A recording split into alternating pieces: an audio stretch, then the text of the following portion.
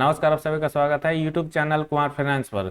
इस वीडियो में हम बात करेंगे ऑटो एंसेलरी सेक्टर से आने वाली company Jamuna auto industries limited के बारे में। इसका Q4 रिजल्ट आया है। ये स्मॉल कैप से आती है, इसलिए इसका फंडामेंटल के साथ ही हम स्टॉक एनालिसिस करेंगे। इसके फ्यूचर प्रोस्पेक्ट समझने के साथ ही पास्ट परफॉर्मेंस भी देखेंगे, चाहे इसका बिजनेस हो या फिनेंशियल स्टेटमेंट हो। इसके अलावा इस शेयर का टारगेट प्राइस भी हम जानेंगे, जो करंट टाइम में 83 रुपये 45 पैसा चल रहा है। और हो सकता है जब आप ये वीडियो देखें यहाँ पर आपको वेरिएशन देखने को मिले। इसलिए मैं कहना चाहूँगा, अगर आप इस कंपनी और शेयर में इंटरेस्टेड हैं और अगर इसमें इन्वेस्ट करने के बारे में सोच रहे हैं या पहले से इन्वेस्टेड हैं, अगर आपका ओपिनियन चाहे शॉर्ट टर्म हो, लॉन्ग टर्म हो या मीडियम टर्म हो, इस वीडियो को पूरा जरूर देखें। साथ ही मैं कहना चाहूंगा, अगर आप फर्स्ट टाइम विजिटर हैं इस चैनल पर और अब तक आपने इसको सब्सक्राइब नहीं किया है, चैनल को सब्सक्राइब करके बेल आइकन का बटन जरूर प्रेस करें, ताकि फ्यूचर में जो भी वीडियो इस चैनल पर अपलोड हो नोटिफिकेशन आपको मिलती रहे।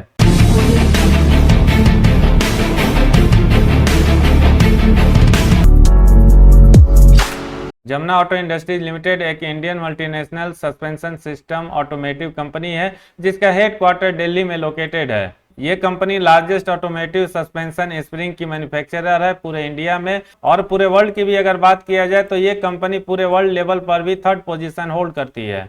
ये कंपनी वेरियस टाइप के स्प्रिंग का मैन्युफैक्चरिंग करती है, जैसे टैपर्ड और multi leaf, parabolic spring, lift axle suspension और air suspension system. Current time इस कंपनी के 6 मैन्युफैक्चरिंग यूनिट्स है पूरे इंडिया में। एक यमुनानगर में, दूसरा मालानपुर जो ग्वालियर के नजदीक है, तीसरा चेन्नई में, चौथा होसूर जो बंगलोर के नजदीक है, पांचवा रुद्रपुर और छठा जमशेदपुर में। जमुना ऑटो इंडस्ट्रीज का भले ही मैन्युफैक्चरिंग केवल इंडिया में होता है, लेकिन इसका सप्लाई देखा जाए तो इंडिया के बाहर भी करीब 25 कंट्रीज में हो रहा है। यानी Jamuna auto industries limited at least paper में काफी मजबूत दिख रही है अगर इसके बिजनेस की बात किया जाए तो, क्योंकि 25 देशों में इसका प्रोडक्ट सप्लाई तो हो ही रहा है। इंडिया में अपने क्षेत्र में यह नंबर 1 पोजीशन होल्ड करती है, जबकि पूरे वर्ल्ड में भी यह नंबर 3 पोजीशन पर आती है। यानी इसके ओवरऑल बिजनेस को समझा जाए तो काफी मजबूत नजर आ रहा है। और प्रोस्पेक्ट पॉइंट ऑफ व्यू से बात किया जाए तो वहां पर भी कंपनी का परफॉर्मेंस आने वाले टाइम में अच्छा रह सकता है, क्योंकि भले ही 1-2 कंट्रीज में इस कंपनी का बिजनेस डैमेज हो, लेकिन इतने सारे देशों में इस कंपनी का प्रोडक्ट सप्लाई हो रहा है। निश्चित ही बाकी 20-22 देशों में हमेशा इसका सप्लाई अच्छा बना रहेगा। आगे बढ़ते हुए अब हम जमुना ऑटो इंडस्ट्रीज का बिजनेस और फिनेंशियल स्टेटमेंट देख लेते हैं पिछले कुछ सालों का, ताकि पता चले इसका ग्रोथ रेट क्या रहा है और फंडामेंटली ये कंपनी कितनी स्ट्रांग है। जमुना ऑटो इंडस्ट्रीज का पास्ट परफॉर्मेंस देखने के लिए उसके बहुत ज्यादा डिटेल में हम नहीं जाएंगे और ओवरऑल परफॉर्मेंस इसका हम परसेंटेज वाइज देख लेते हैं। यहाँ पर जो डेटा दिया हुआ है 2011 से लेके 2020 तक का है, जिसमें कंपाउंडेड सेल्स ग्रोथ इसका पिछले एक साल में 42% डाउन रहता है। 3 साल में यहाँ पर भी निगेटिव 4% ग्रोथ होता है, जबकि 5 साल का भी परफॉर्मेंस काफी खराबी माना जा सकता है, क्योंकि मात्र ये 1% है। और 10 साल का परफॉर्मेंस भी इसका एवरेज ही रहता है, क्योंकि ये भी 6% के आसपास ही बना हुआ है। कंपाउंडेड प्रॉफिट ग्रोथ भी इसका पिछले एक साल का काफी खराबी माना जा सकता है, क्योंकि ये निगेटिव 48% है। यानी इस कंपनी का कंपाउंडेड सेल्स ग्रोथ की तरह कंपाउंडेड प्रॉफिट ग्रोथ भी काफी डाउन हुआ है। पिछले 3 साल में यहाँ पर भी परफॉर्मेंस खराब रहता है और ये भी निगेटिव 23% है। 5 साल में जरूर ये अच्छा माना जा सकता है, क्योंकि 11% है। 10 साल का परफॉर्मेंस भी इसका कंपाउंडेड प्रॉफिट ग्रोथ के लिए अच्छा माना जा सकता है, क्योंकि सेल्स ग्रोथ 6% के अगेंस्ट में ये 10% आता है। स्टॉक प्राइस CAGR भी इस कंपनी का पिछले 3 सालों में काफी खराब रहा है, क्योंकि ये निगेटिव 3% है। लास्ट 1 ईयर में जरूर इस कंपनी का परफॉर्मेंस काफी स्ट्रांग माना जा सकता है, क्योंकि इसके स्टॉक प्राइस CAGR में 227% का ग्रोथ होता है, जबकि 5 साल या 10 साल का भी परफॉर्मेंस अच्छा माना जा सकता है, क्योंकि ये भी 21% के आसपास बना हुआ है। रिटर्न ऑन इक्विटी इसका पिछले एक साल का एवरेज रहता है और ये 9% है। बाकी 3 साल से लेके 10 साल का परफॉर्मेंस अच्छा माना जा सकता है, क्योंकि ये 23% से लेके 26% के रेंज में बना हुआ है। बैलेंस शीट इस कंपनी का ठीक ठाक माना जा सकता है, क्योंकि मार्च 2020 एनुअल रिपोर्ट के हिसाब से इस कंपनी के पास कैश का रिजर्व 477 करोड़ था। बोरोइंग यानी इस कंपनी के ऊपर कर्ज 152 करोड़ का होता है। खुशी की बात है, सितंबर 2020 का जो इसका क्वार्टर रिजल्ट आया था, वहां पर इस कंपनी के रिजर्व में जरूर 5 करोड़ की कमी देखने को मिलेगी, लेकिन इस कंपनी के ऊपर कर्ज भी काफी कम होता हुआ दिख रहा है और ये 152 करोड़ से घट के 45 करोड़ तक पहुंचा है। रेशियोज में रिटर्न ऑन कैपिटल एम्प्लॉयड का परसेंटेज इस कंपनी का मार्च 2016 एनुअल रिपोर्ट से लेकर मार्च 2019 एनुअल रिपोर्ट तक काफी स्ट्रांग और अच्छा है, क्योंकि ये 49%, 46% और फिर 49% बना हुआ है। लेकिन मार्च 2020 का जैसा हमने परफॉर्मेंस देखा, इसके सेल्स ग्रोथ हो या प्रॉफिट ग्रोथ हो, इसके आरओसी परसेंटेज में भी काफी गिरावट होती है और ये 49% से घट के 15% तक पहुंच चुका है। शेयर होल्डिंग पैटर्न इस कंपनी का आपको यहाँ पर मजबूत होता हुआ दिखेगा, क्योंकि प्रोमोटर्स ने पिछले कुछ क्वार्टर्स में अपनी होल्डिंग को लगातार बढ़ाया है। जो प्रोमोटर्स की होल्डिंग जून 2018 में 47.88% थी, वो बढ़ के मार्च 2021 क्वार्टर रिजल्ट में 50% के आसपास पहुंच जाता है। एफआईज की होल्डिंग यहाँ पर ऑलमोस्ट आपको कांस्टेंट दिखेगी और ये 7.27% में मामूली गिरावट के साथ 6.74% तक पहुंचा है। डीआईज की होल्डिंग आपको यहाँ पर बढ़ती हुई दिखेगी और ये 7.23% से बढ़ के 8.77% तक हुआ है, जबकि पब्लिक की होल्डिंग में भी आपको थोड़ी सी कमी देखने को मिलेगी और ये 37.62% से कम होकर 34.49% हुआ है। ओवरऑल इसके शेयर होल्डिंग पैटर्न को देखकर हम समझे प्रोमोटर्स ने लगातार अपने होल्डिंग को बढ़ाया है, जो कि इस कंपनी के लिए काफी अच्छा और स्ट्रॉन्ग साइन माना जा सकता है।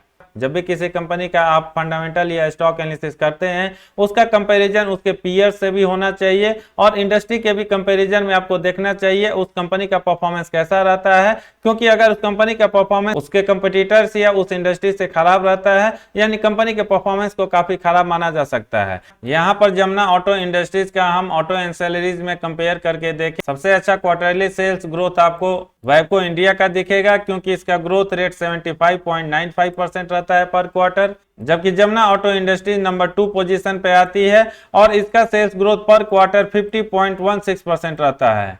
आरओसी परसेंटेज के मामले में आपको यहाँ पर अमर राजा बैटरी सबसे अच्छा परफॉर्मेंस करती हुई दिखेगी, क्योंकि इसका आरओसी परसेंटेज 22.05% रहता है।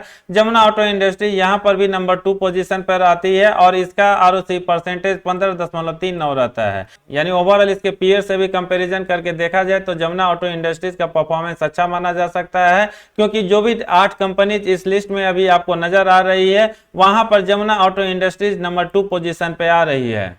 इस कंपनी का प्रॉस देखें तो ये कंपनी ऑलमोस्ट डेट फ्री नजर आ रही है। पिछले 3 सालों के रिकॉर्ड के हिसाब से रिटर्न ऑन इक्विटी इसका अच्छा माना जा सकता है, क्योंकि ये 22.92% बना हुआ है। कंपनी ठीक ठाक डिविडेंड भी देती है और इसलिए डिविडेंड पे आउट का परसेंटेज भी ऑन एवरेज इसका 29.27% आ रहा है और इसका डेटर डेज भी इंप्रूव होता हुआ दिख रहा है, क्योंकि ये 39.35 डेज से कम होके 25.89 डेज तक पहुंच चुका है। जबकि कॉन्स में आपको एकमात्र चीज नजर आएगी, इस कंपनी का सेल्स ग्रोथ पिछले 5 सालों में काफी खराब रहा है और मात्र ये 0.61% हुआ है। ये रहा जमुना ऑटो का पास्ट परफॉर्मेंस। आगे बढ़ते हुए अब हम इसका Q4 रिजल्ट 2021 देख लेते हैं। जमुना ऑटो इंडस्ट्रीज का Q4 2021 का जो रिजल्ट आया है, उसके हिसाब से सेल्स 476.92 करोड़ होता है, जिसमें 121.47% का ग्रोथ होता हुआ दिखा year on year quarter basis पर। Earning before income and tax भी यहाँ पर आपको 213.95% बढ़ता हुआ दिखेगा, क्योंकि ये 65.46 करोड़ तक पहुंच चुका है। प्रॉफिट आफ्टर टैक्स भी इस कंपनी का year on year quarter basis पर काफी अच्छे तरीके से बढ़ता हुआ दिखेगा और ये 342.27% बढ़ के 48.52 करोड़ तक पहुंच चुका है। इस कंपनी ने Q4 का रिजल्ट अनाउंस करने के साथ ही 50 पैसा पर इक्विटी शेयर डिविडेंड का भी अनाउंसमेंट किया है, जो आने वाले टाइम में अगर आप इसके इक्विटी शेयर होल्डर हैं, आपके अकाउंट में क्रेडिट होगा। यानी भले ही जमुना ऑटो इंडस्ट्रीज के पिछले कुछ एनुअल रिपोर्ट में परफॉर्मेंस खराब होता है, लेकिन लास्ट जो इसका क्वार्टर रिजल्ट आया है वहां पर भारी जंप देखने को मिल रहा है, जो कि इस कंपनी के लिए बहुत बड़ा पॉजिटिव आने वाले टाइम में साबित हो सकता है, क्योंकि ये ग्रोथ ऐसे ही अगर कंटिन्यू रहता है, न सिर्फ इसका सेल्स प्रॉफिट बढ़ेगा बल्कि उसका इंपैक्ट इसके शेयर प्राइस पर भी आपको देखने को मिलेगा। और बीइंग ए शेयर इन्वेस्टर हम लोग के लिए सबसे ज्यादा इंपॉर्टेंट हो जाता है किसी भी कंपनी का शेयर प्राइस में ग्रोथ, जो डायरेक्टली हमें प्रॉफिट के रूप में मिलता है। क्या इस शेयर को करंट लेवल पर बाई किया जा सकता है? जो पहले से इन्वेस्टेड है उनको क्या करना चाहिए? इसके लिए अब हम इसका investment checklist, price and volume और टारगेट प्राइस देख लेते हैं। जमुना ऑटो इंडस्ट्रीज के इन्वेस्टमेंट चेकलिस्ट में जो 5 पैरामीटर दिया हुआ है, डिविडेंड रिटर्न्स आपको रेड जोन में नजर आएगा। फिलहाल ये कंपनी एसएम लिस्ट में नजर आ रही है, इसलिए यहाँ पर भी आपको रेड फ्लैग देखने को मिलेगा। इंट्रिंसिक वैल्यू यहाँ पर इनसफिशिएंट डेटा की वजह से अवेलेबल नहीं है, जबकि रिटर्न्स वर्सेस एफडी रेट्स और एंट्री पॉइंट आपको ग्रीन जोन में नजर आएगा। ये कंपनी स्मॉल कैप से बिलोंग करती है और मार्केट कैप फिलहाल इसका 3,307 करोड़ का है। पी रेशियो इसका नॉर्मल कंडीशन में ज्यादा माना जा सकता है क्योंकि ये 69.06 है, लेकिन सेक्टर पी से अगर कंपेयर करके देखा जाए तो ये पी रेशियो भी आपको अच्छा नजर आएगा क्योंकि सेक्टर पी 84.70 है। फोरकास्ट में जो 5 एनालिस्ट ने अपना ओपिनियन शेयर किया है उसमें 2 ही एनालिस्ट का मानना है इस शेयर को बाई करना चाहिए, बाकी 3 एनालिस्ट का मानना है या तो आप इस शेयर को अवॉइड करें या फॉर टाइम बिंग आप वेट करें। फॉर एनालिसिस में यह कंपनी एवरेज परफॉर्मेंस करती हुई दिख रही है क्योंकि इसके फेवर में स्ट्रेंथ 10 और अपॉर्चुनिटी 3 टोटल 13 स्कोर हो रहा है, जबकि इसके अगेंस्ट में वीकनेस 7 और थ्रेट 2 टोटल 9 स्कोर हो रहा है। प्राइस एंड वॉल्यूम में प्राइस परफॉर्मेंस से इसका काफी अच्छा नजर आएगा अगर 3 सालों के डेटा को हम छोड़ दें, क्योंकि वहां पर आपको निगेटिव 10.37% का ग्रोथ होता हुआ दिखेगा। बाकी एक महीना का डेटा देखें तो यहाँ पर इसके शेयर प्राइस में 22% का ग्रोथ हुआ है, 3 महीना में करीब 18.5% का, जबकि पिछले एक साल में 226.61% का प्राइस ग्रोथ हुआ है। वॉल्यूम एनालिसिस में इस शेयर का परफॉर्मेंस पिछले एक महीनों से लगातार अच्छा बना हुआ है क्योंकि यहाँ पर एनएससी और बीएससी मिलाकर आपको 28 लाख शेयर ट्रेड होता हुआ दिखेगा, जिसमें डिलीवरी का परसेंटेज करीब 35% रहता है। एक हफ्ता डेटा के हिसाब से आपको 33 लाख शेयर ट्रेड होता हुआ दिखेगा, डिलीवरी का परसेंटेज यहाँ पर बढ़ता है और ये 46% से ऊपर निकल जाता है।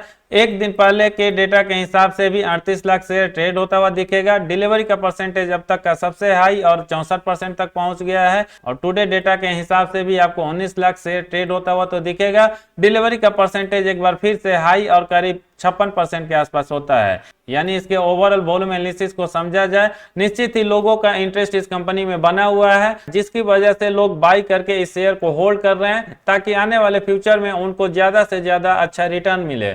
ब्रोकर रिसर्च में एकमात्र कंपनी दौलत कैपिटल ने 2 बार अपना प्राइस का टारगेट दिया है इसके स्टॉक को लेकर। फर्स्ट टाइम उसने 5 फरवरी 2021 को एक्यूमुलेट करने का एडवाइस देते हुए 80 रुपए का टारगेट दिया था जो ऑलरेडी अचीव हो चुका है। 1 मार्च 2021 को एक बार फिर से इस कंपनी ने बाई का रिकमेंडेशन देते हुए 99 रुपए का टारगेट प्राइस दिया जब इसके शेयर का प्राइस 68 रुपए 20 पैसा था। ये मार्च 2021 क्वार्टर रिजल्ट के आने से पहले का है और कंपनी ने जिस तरह से अपने क्वार्टर रिजल्ट में परफॉर्मेंस दिया है, मुझे लगता है आने वाले टाइम में इस कंपनी को एक बार फिर से अपने टारगेट प्राइस को रिवाइज करना होगा क्योंकि एक्सपर्ट लोग जो इस कंपनी के परफॉर्मेंस के बारे में एक्सपेक्ट कर रहे थे, इस कंपनी का परफॉर्मेंस उससे काफी अच्छा रहता है और इस कंपनी का अगर ऐसे ही सेल्स ग्रोथ हो, प्रॉफिट ग्रोथ हो आगे आने वाले टाइम में बना रहता है, इसका टारगेट प्राइस 120 रुपया से लेके 140 रुपया अचीव होता हुआ दिख सकता है। ये आपको आने वाले 1 से 1.5 सालों के लिए है, इसलिए अगर आप करंट लेवल पर इस शेयर को बाई करना चाहते हैं निश्चित ही आपको बाई करना चाहिए, बशर्ते इसके आने वाले हर क्वार्टर रिजल्ट को आप क्लोजली मॉनिटर करते रहें। इस वीडियो में इतना ही। ये वीडियो कैसा लगा कमेंट करके जरूर बताएं, पसंद आए तो लाइक का बटन प्रेस करके अपने दोस्तों और जानने वालों के साथ जरूर शेयर करें। पूरा वीडियो देखने के लिए धन्यवाद। जय हिंद।